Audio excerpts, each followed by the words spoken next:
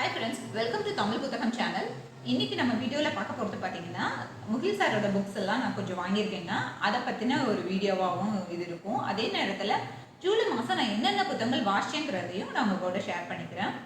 முதல்ல பார்த்தீங்கன்னா, புக்ஸ் நான் எங்கே வாங்கினேன்னு பார்த்தீங்கன்னா, அல்டி சார்ட்டை அரங்கத்தில் அவர் ஆண்டனி ப்ரோ சில புத்தகங்கள் அவரோட ஃப்ரெண்ட்ஸு சேல்ஸ் பண்ணுறாங்கன்னு சொல்லி சேல்ஸ் பண்ணாங்க. அவங்ககிட்ட இருந்து நான் முகில் சாரோட புக்ஸ் நிறைய ஒரு கலெக்ஷனாக வாங்கியிருக்கேன். ஆனால் அவ்வளோ நல்ல கண்டிஷனில் கொடுத்தாங்க. வாங்க என்னென்ன புத்தகங்கிறத பார்க்கலாம். முதல் புத்தகம் பார்த்தீங்கன்னா யூதர்கள் புத்தகம். இது கிழக்கு பதிப்பகம் தான் அதை பதிப்பிச்சிருக்காங்க. இந்த புத்தகத்தோட விலை பார்த்தீங்கன்னா 300 ரூபாய். இந்த புத்தகத்தோட பக்கங்கள் 255 பக்கங்களை உடைய ஒரு புத்தகம். பாருங்க, புத்தகம் எவ்வளோ நல்ல கண்டிஷனில் இருக்கு. ஆனால் இது செகண்ட் ஹேண்ட் புக் தாங்க. அவங்க வாங்கின புத்தகத்தை இவ்வளோ அழகாக அட்டை போட்டு வெறும் 30% நமக்கு டிஸ்கவுண்ட்லையும் தந்தாங்க. ஸோ இது எனக்கு ரொம்பவே ஒரு நல்ல ஆஃபராக தோணுச்சு. இவ்வளோ புது புக் நமக்கு இந்த ஆஃபரில் கிடைக்காது. அதுவும் இல்லாமல் அவங்க வாங்கினப்ப விலை கம்மி. இப்போ சில புத்தகங்களோட விலை கிழக்கு பதிப்பகத்தில் கூடியிருக்கு. முகில் சாரோட புத்தகங்கள் எல்லாமே முக்கால்வாசி 6th சென்ஸில் தான் கிடைக்கும். ஸோ அவங்ககிட்ட பெரிய ஆஃபர் நமக்கு கிடைக்காது. ஸோ இந்த மாதிரி ஆஃபரில் கிடைக்கிறத நம்ம மிஸ் பண்ணாமல் வாங்கிக்கலாம். அடுத்த புத்தகம் பார்த்தீங்கன்னா எமோஷனல் இன்டெலிஜென்ஸ். இது ஒரு செல்ஃப் ஹெல்ப் புக் தாங்க. நான் மோஸ்ட்லி எந்த புக்கு வாங்க மாட்டேன். எனக்கு செல்ஃப் ஹெல்ப் புக்கு அதிகம் நான் வாசிக்கிறது இல்லை. ஆனால் அவங்க நிறைய புத்தகங்கள் வாங்குறப்ப ஒரு புக்காவது அதை வாங்குங்கன்னு சொல்லியிருந்தாங்க. ஆனால் இந்த புத்தகம் நான் வாங்கணும்னு நினச்சனாலேயே எனக்கு அதில் இருந்தனால எனக்கு ரொம்ப சந்தோஷமாக இந்த புக்கவே நான் பிக் பண்ணிக்கிட்டேன். இந்த புத்தகம் பார்த்தீங்கன்னா சோமா வல்லியப்பன் ஐயா எழுதுனது. இதுவுமே கிழக்கு பதிப்பகத்தோட தான். 135 ரூபாய். ஆனால் எனக்கு இதுக்கு எல்லா புக்ஸுமே எனக்கு 30% ஆஃபரில் தான் கொடுத்தாங்க.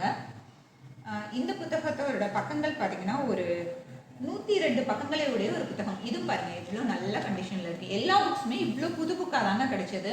ஸோ அவரோட இதில் நீங்கள் பார்த்தீங்கன்னா கண்டிப்பாக புத்தகம் வாங்கிக்கோங்க. அடுத்ததாக பார்த்தீங்கன்னா கருப்பு வெள்ளை இந்தியாங்கிற புத்தகம். இதுவுமே முகில் சார் எழுதுனதாங்க. 6th சென்ஸ் பப்ளிகேஷன்ஸ் தான் இதை பதிப்பிச்சிருக்காங்க. இந்த புத்தகத்தோட பக்கங்கள் 312 பக்கங்களே உடைய ஒரு புத்தகம். இதோட விலை பார்த்தீங்கன்னா 411 ரூபாய். ஆனால் இதுலேயுமே எனக்கு ஆஃபரில் தான் கொடுத்தாங்க, 30% ஆஃபரோட. இது பாருங்க, நல்ல புது புக்கு தான். இது பழைய புக்குன்னு சொன்னால் யாரும் நம்ப மாட்டாங்க. ஆனால் பிக்சரோட எவ்வளோ நல்லா இருக்குன்னு பாருங்கள். குவாலிட்டி சூப்பரான புக்ஸு. ஆனால் அல்டி சார்ட்டை அரங்கத்தில் நீங்கள் திரும்ப அவங்க புக் சேல் பண்ணுறாங்கன்னு தான் சொன்னாங்க. நீங்கள் செக் பண்ணிக்கோங்க. அவங்ககிட்ட வர புக்ஸ் எல்லாமே ஓரளவுக்கு நல்ல கண்டிஷன்லேயே இருக்குங்க. நீங்கள் தைரியமாக நம்பி வாங்கலாம். அடுத்த புத்தகம் பார்த்தீங்கன்னா கருப்பர் நகரம். கரண் கார்கி அவங்க எழுதுனது.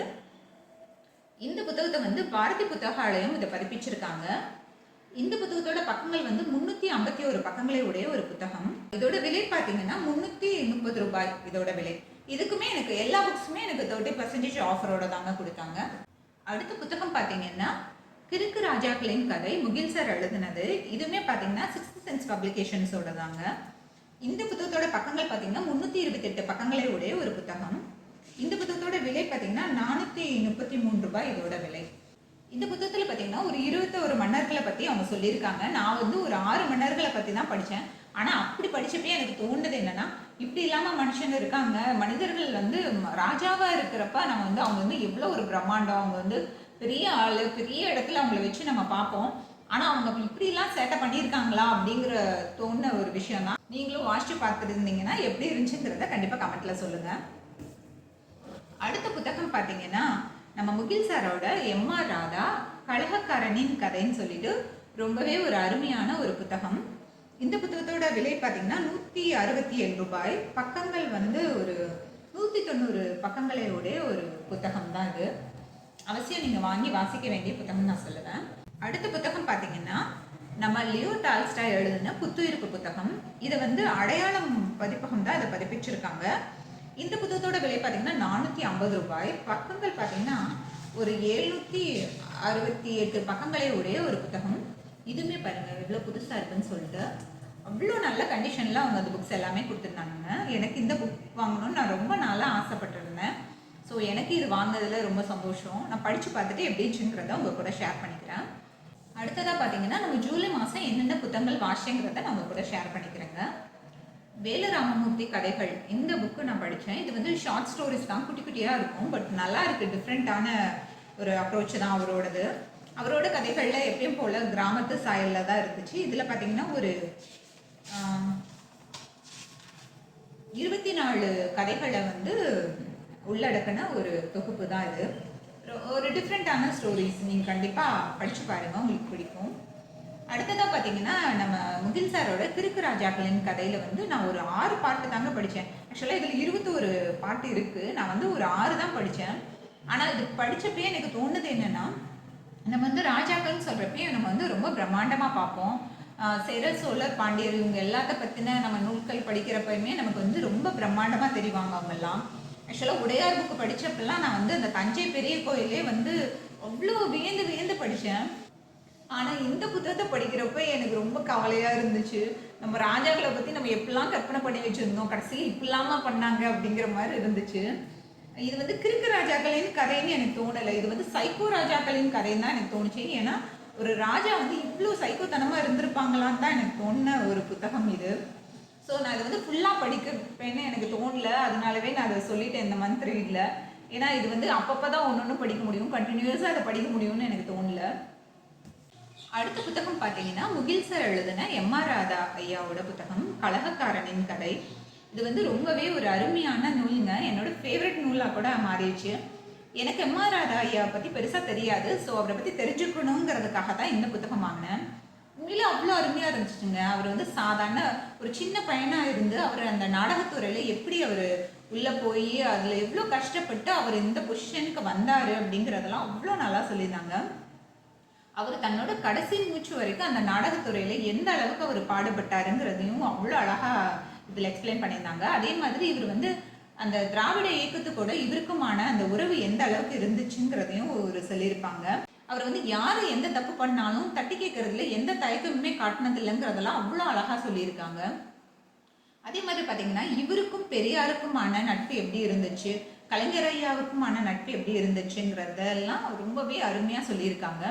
இதில் பார்த்தீங்கன்னா, ஒவ்வொரு தடவையும் அவர் வந்து எப்படி படிப்படியாக முன்னேறி அவர் வந்து நாடகத்துறையில் இவ்வளோ ஒரு ஜாம்பவானா உருவானாருங்கிறதையும், அதுக்கு அடுத்தபடியாக சினிமா துறைக்குள்ளே அவர் எப்படி நுழைஞ்சாருங்கிறதையும், அங்கே எப்படி அவர் வந்து வாழ்ந்தாருங்கிறதெல்லாம் அவ்வளோ அருமையாக சொல்லியிருக்காங்க.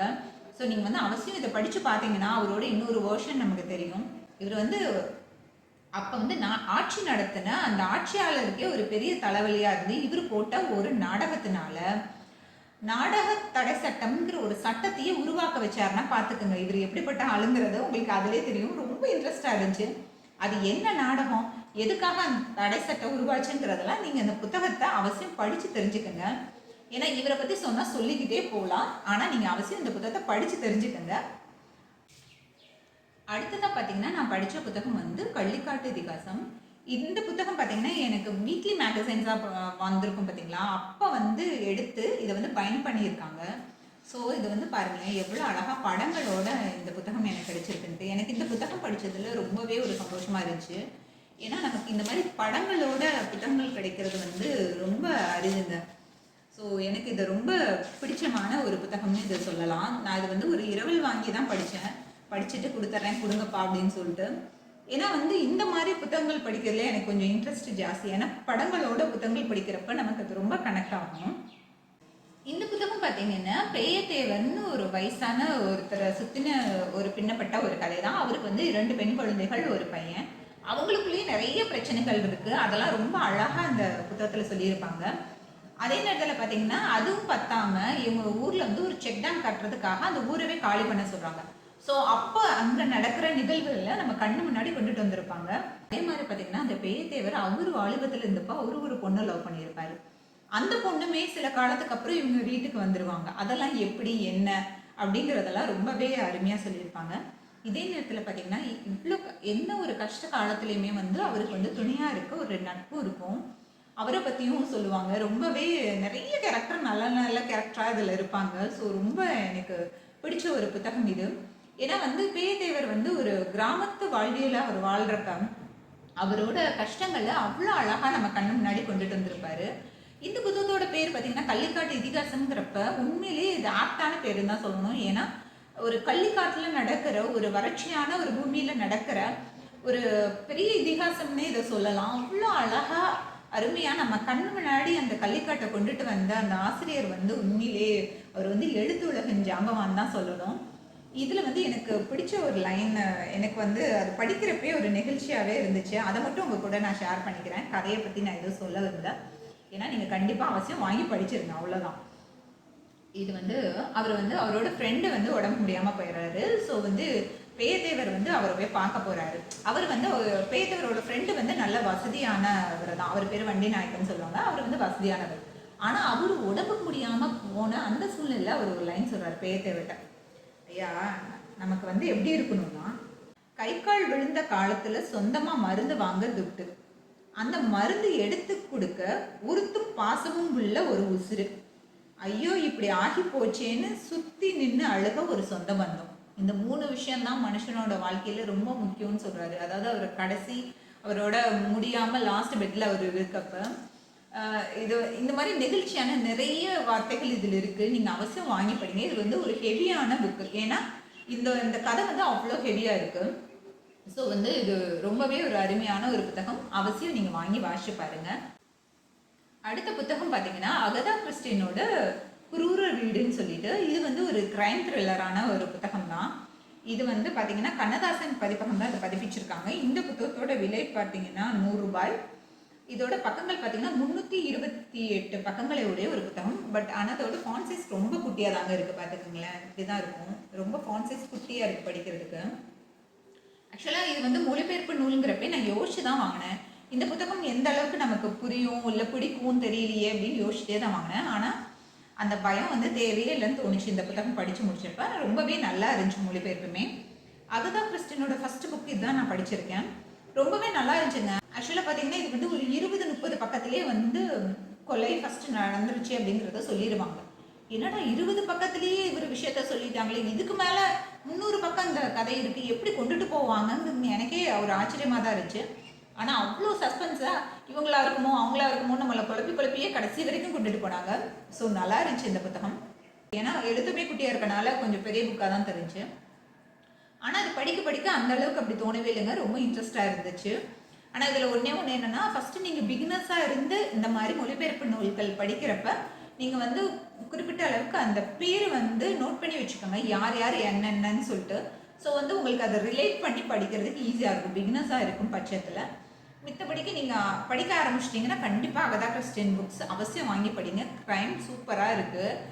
இவரோட இன்னொரு புக் இருக்குது. ஸோ நான் இதை அவசியம் அடுத்து படிக்க ஆரம்பிக்கணும்னு எனக்கு ஒரு ஆர்வத்தை தூண்டின ஒரு புத்தகம். அடுத்த புத்தகம் பார்த்தீங்கன்னா நம்ம மதன் சாரோட மனிதனுக்குள் ஒரு மிருகம்ங்கிற புத்தகம். உண்மையிலே இந்த புத்தகம் ரொம்ப பயங்கரமான புத்தகம் தான் சொல்லணும். ஏன்னா வந்து நம்ம சைக்கோபேத் பற்றி நிறைய வீடியோஸ் பார்ப்போம், யூடியூப்ல எல்லாம் நிறைய நம்ம வீடியோஸ்லாம் பார்த்துருப்போம். ஆனால் அது வந்து நம்ம படிக்கிறப்ப ரொம்ப கொடூரமாக இருந்துச்சுங்க. ரொம்பவே பயமாகவும் இருந்துச்சு. இதை நான் ஃபுல்லாலாம் படிக்கல. ஆக்சுவலாக அதை ஃபுல்லாகவும் படிக்க முடியாதுன்னு எனக்கு தோணுது. ஸோ நம்ம இதை வந்து ஒரு 4-5 பார்ட் தான் படிச்சிருப்பேன். ஆனால் அதுவே ரொம்ப ஹெவியாக இருந்த மாதிரி இருந்துச்சு. ஸோ இதை அப்பப்போ எடுத்து ஒன்று ஒன்றா படிச்சுக்கலான்னு சொல்லிட்டு நான் வச்சுட்டேன். ஆக்சுவலாக இது வந்து ரொம்ப நீங்கள் சாஃப்ட் ஹார்ட்டான பர்சனாக இருந்தீங்கன்னா கண்டிப்பாக இந்த புத்தகம் படிக்காதீங்கன்னு தான் நான் சொல்லுவேன். உங்களுக்கு க்ரைம் த்ரில்லர் பிடிக்கும், அதே மாதிரி சைக்கோபேத்தோட புக்ஸ் பிடிக்குங்கிறவங்க மட்டும் இந்த புக்கு சூஸ் பண்ணுங்கள். இந்த புத்தகம் வந்து விகடன் பதிப்பகம் தான் இதை பதிப்பிச்சிருக்காங்க. இந்த புத்தகத்தோட விலை அப்போ நான் வாங்கினப்ப 125 ரூபாய், இப்போ ரேட்டு தெரியலங்க. இந்த புத்தகத்தோட பக்கங்கள் பார்த்தீங்கன்னா ஒரு 339 பக்கங்களே உடைய ஒரு புத்தகம். ஆனால் ரொம்பவே டெரரான புத்தகம் தாங்க சொல்லணும். ரொம்பவே கொடூரமாக இருந்துச்சு. ஆக்சுவலாக இதில் இன்னொரு விஷயம் என்னென்னா, அவங்களே பார்த்தீங்கன்னா ரொம்ப கொடூரமான இதெல்லாம் வர்றப்ப பார்த்தீங்கன்னா இந்த மார்க் தெரியுது பார்த்தீங்களா, இந்த மாதிரி மார்க் போட்டாங்க. நீங்கள் இதிலேருந்து இதே மாதிரி எண்டிங்க்கும் ஒரு மார்க் போட்டிருக்காங்க. ஸோ நீங்கள் வந்து இதுலேருந்து இது வரைக்கும் இதை படிக்காதீங்க. ரொம்ப வந்து இங்கே பாருங்கள் எண்டு வரைக்கும் மார்க் போட்டிருக்காங்க பார்த்தீங்களா. நீங்கள் வந்து ரொம்ப சாஃப்டான ஹார்ட் உள்ளவங்கெல்லாம் இந்த பேராகிராஃப் கண்டிப்பாக நீங்கள் அவாய்ட் பண்ணிட்டு படித்தாலும் உங்களுக்கு புரியும். ஸோ அவாய்ட் பண்ணிடுங்கிற அந்த இன்ஸ்ட்ரக்ஷனும் கொடுத்துருக்காங்க. நானே முக்கால்வாசி இதில் அதெல்லாம் அவாய்ட் பண்ணி தான் படித்தேன். ஸோ நீங்கள் சாஃப்ட் ஹார்ட்டான பர்சன்னா உங்களுக்கான புக்கு இது இல்லை. பட் ஆனால் உங்களுக்கு க்ரைம் பிடிக்கும், க்ரைம் த்ரில்லர் பிடிக்கும், அதே மாதிரி சைக்கோபேத்தோட புக்ஸ் எல்லாம் நான் விரும்பி படிப்பேங்கிறவங்க கண்டிப்பாக இதை வாசிச்சு பாருங்கள், உங்களுக்கு பிடிக்கும். ஆனால் இது வந்து கதை இல்லைங்க, இது நிஜமாக நடந்தது. அதையும் யோசிச்சு படித்து பாருங்கள், ரொம்பவே பயமாகவே இருந்துச்சு. இந்த புத்தகங்கள்லாம் தான் நான் இந்த மாதம் வாசித்த புத்தகங்கள். நீங்கள் என்னென்ன புத்தகங்கள் வாசிச்சிங்கிறத கமெண்ட்டில் சொல்லுங்கள். தொடர்ந்து இதே மாதிரி புத்தகங்களை பற்றின வீடியோ என்னென்னா நம்ம சேனலில் இணைந்திருங்கள். அடுத்து வேறு ஒரு வீடியோவில் வேறு சில புத்தகங்களோட உங்களை நான் சந்திக்கிறேன். அதுவரை உங்களிடமிருந்து விடைபெறுவது கலையரசி சீனிவாசன்.